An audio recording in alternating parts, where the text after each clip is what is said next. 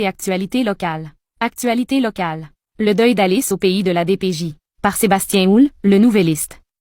25 avril 2025 à 4. Les conclusions de l'enquête systémique en protection des droits de la jeunesse en Mauricie et centre du Québec attisent des plaies encore vives pour les proches de la petite Alice de Drummondville.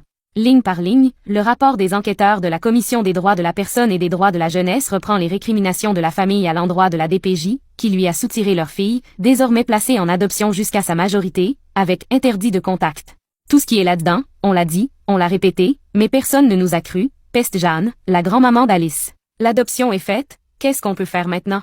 Se demande-t-elle dans un sanglot étouffé. À lire aussi. Enquête à la DPJ, combien d'adoptions injustifiées en Mauricie et centre du Québec, Alice? Au pays de la DPJ. En 2023, quand nous avions raconté l'histoire de la famille pour illustrer un problème en apparence beaucoup plus large, on nous avait fourni de multiples preuves laissant présumer des lésions de droit dans le traitement du dossier par la DPJ. En outre, la famille semblait avoir été ciblée à cause des antécédents de la mère à la DPJ, les visites supervisées paraissaient plus propices à prendre les parents en défaut qu'à les outiller, et le dossier de consommation de cannabis du père semblait avoir été volontairement noirci par les intervenants. Le CIUS a toujours refusé de commenter l'affaire, invoquant des raisons de confidentialité. Il demeure que les manquements présumés au dossier des parents d'Alice recoupent en tout point les constats du rapport d'enquête de la CDPDJ.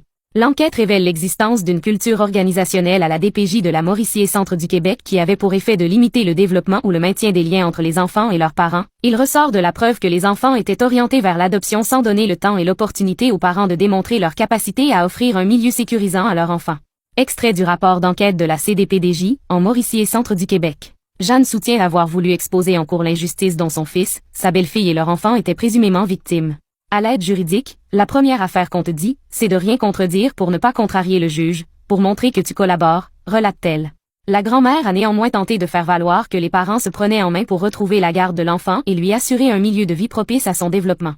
Quand tu lis le jugement, il n'y a rien de positif que les parents ont fait, rien pantoute. S'indigne-t-elle. Tout du long, depuis le retrait de l'enfant, jusqu'au jugement final, le père et la mère d'Alice ont été tenus à distance, maintient Jeanne. La DPJ a tout fait pour pouvoir dire en cours qu'ils s'étaient désinvestis de la vie de leur fille, plaide-t-elle, reprenant dans ses mots, images à l'appui, des constats des enquêteurs de la CDPDJ.